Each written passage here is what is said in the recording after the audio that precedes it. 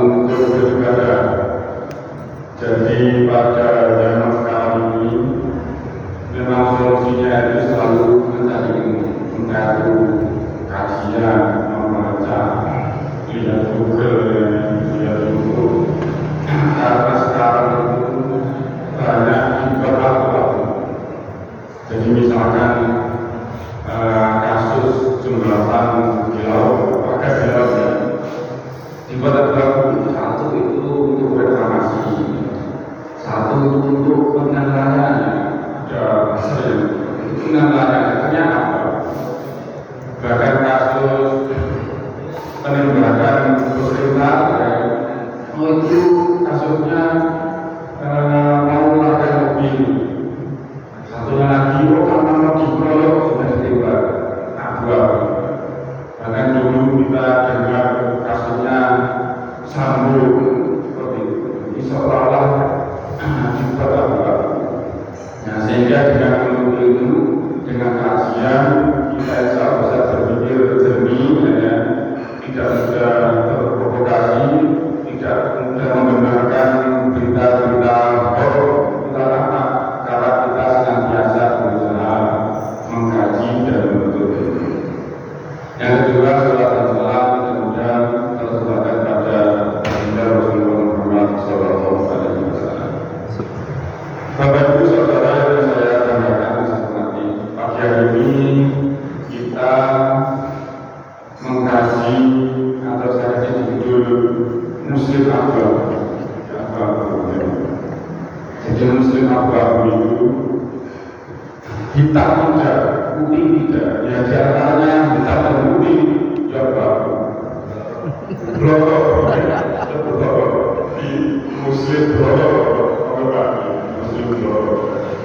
Apakah Muslim Abu-Abu ini kafir? Tidak. Muslim Abu-Abu bisa saja. Enggak, kafir Muslim saja. Dan Muslim Abu-Abu sholat, sehingga jangan kafir kemudian sholat kafir. Beda, tapi anehnya ya, kalau anehnya Muslim Abu-Abu ini, walaupun dia Muslim, tapi cara pergaulannya kadang-kadang tidak seperti orang umum. Cara berucap, cara sosmed misalnya, kadang-kadang tidak seperti seorang mukmin sendiri. Sikapnya juga mungkin kalau seperti itu, ya itulah Muslim Abu-Abu. Tapi yang jelas Muslim Abu-Abu tetap Muslim, ya, bukan kafir. Ada kisah sahabat Nabi namanya Abu Bakar. Abu Bakar ini suatu ketika turun ayat 27 surat Al-Anfal, itu dia merasa berdosa pada Rasulullah. A'udzubillahi minasyaitonir rajim. Ya ayyuhalladzina amanu la takunu Allaha wa rasul wa takunu amanatikum wa antum ta'lamun. Wahai orang yang beriman, janganlah kamu mengkhianati Allah dan Rasul-Nya, dan jangan kamu mengkhianati orang-orang yang memberi amanat kepadamu, padahal kamu mengetahuinya. Jadi ini larangan berkhianat Allah dan Rasul dan orang yang memberi amanat.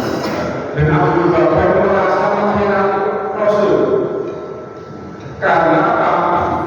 Karena suatu ketika Abu Bakar merasa punya dosa pada Rasulullah.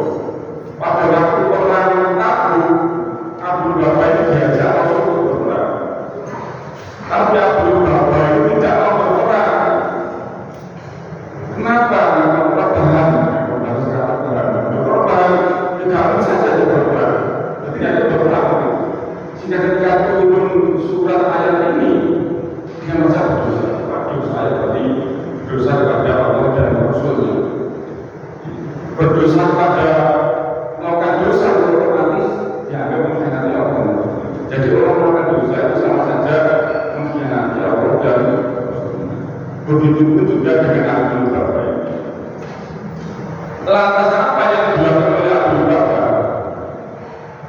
Karena dia merasa berdosa, karena dia merasa berkhianat kepada Rasul, maka dia mengikatkan tubuhnya di salah satu tiang Masjid Nabawi.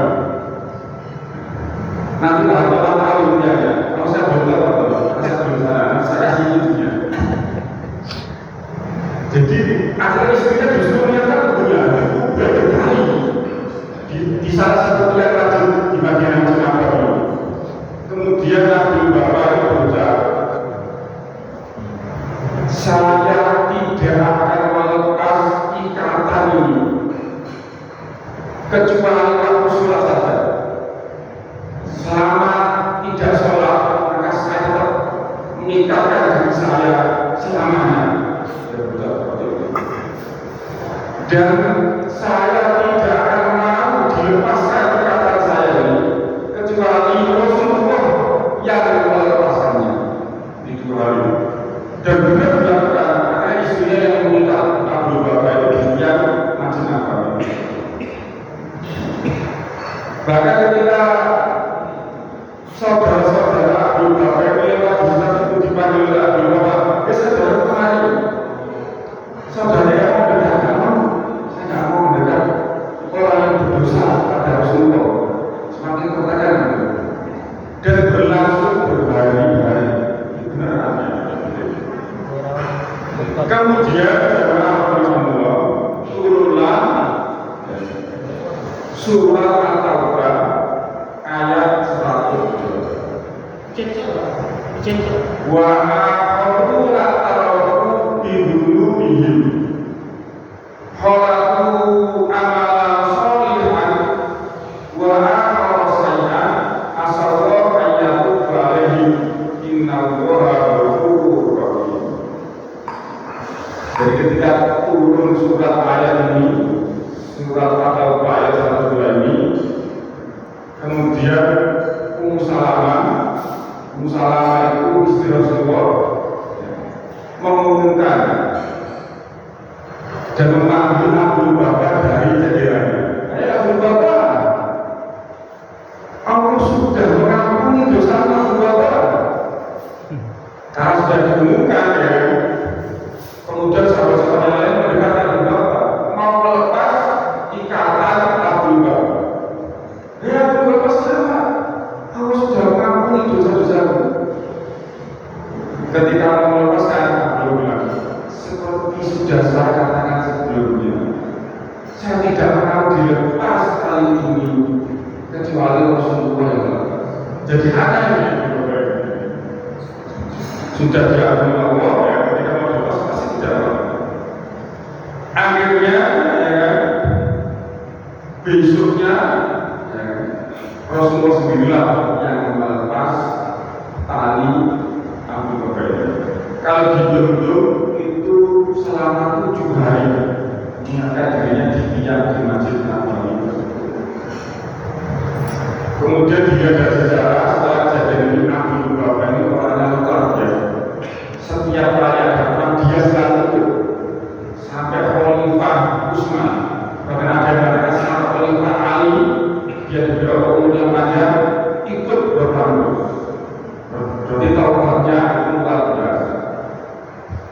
Makanya bagi Bapak Ibu sudah pernah haji atau diabadikan sejarah ini di Arondo. Saya nggak tahu apa, tapi saya lihat di internet.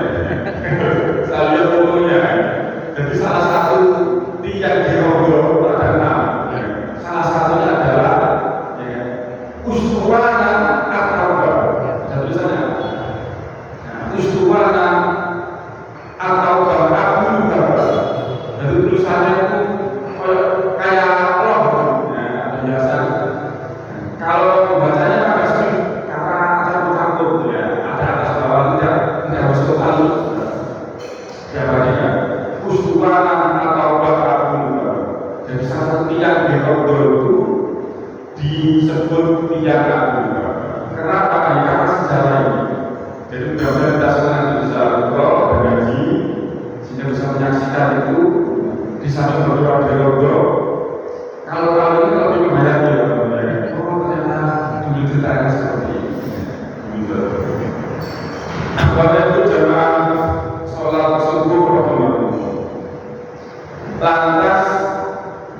kira-kira saya atau dengan itu masuk muslim yang mana? Nah, hitam, putih atau abu, kira-kira masuk mana? Kalau saya yakin jenengan tidak mungkin Islam atau salah satu atau Insya Allah putih. ya, insya Allah putih. Kalau saya kita itu muslim apa? Aisyah sendiri tanya ya mana putih, tapi ternyata saya masih ada dosa. Jadi kalau putih zero dosa, nol dosa, ada dosa. Tapi saya itu bisa tahu. Tapi maksudnya bukan itu, bukan. Walaupun kita ini muslim agama, insya Allah derajatnya bertambah, usaha kita bertambah, dan insya Allah sebelum kontrak hidup kita habis, kita itu sudah menjadi Islam murni. Kenapa? Karena insya Allah sudah mengampuni dosa-dosa kita. Seperti itu jemaah, syukur Allah. Sehingga walaupun kita baru dengan ramai orang dan sekarang saya sulit terhindar dari handphone itu sarana pahala yang luar biasa, tapi juga sarana kebalikannya. Kita mau tanya karena itu bohong, dosa. Kita mau berpasali dosa. Jadi semua kita terhindar dari dosa. Saya yakin. Tetapi yang tadi kita selalu berdoa, pengajian seperti ini, sholat jemaah, yang saya jawab, tadi itu semakin hari semakin baik dan semakin kita menjadi muslim yang putih.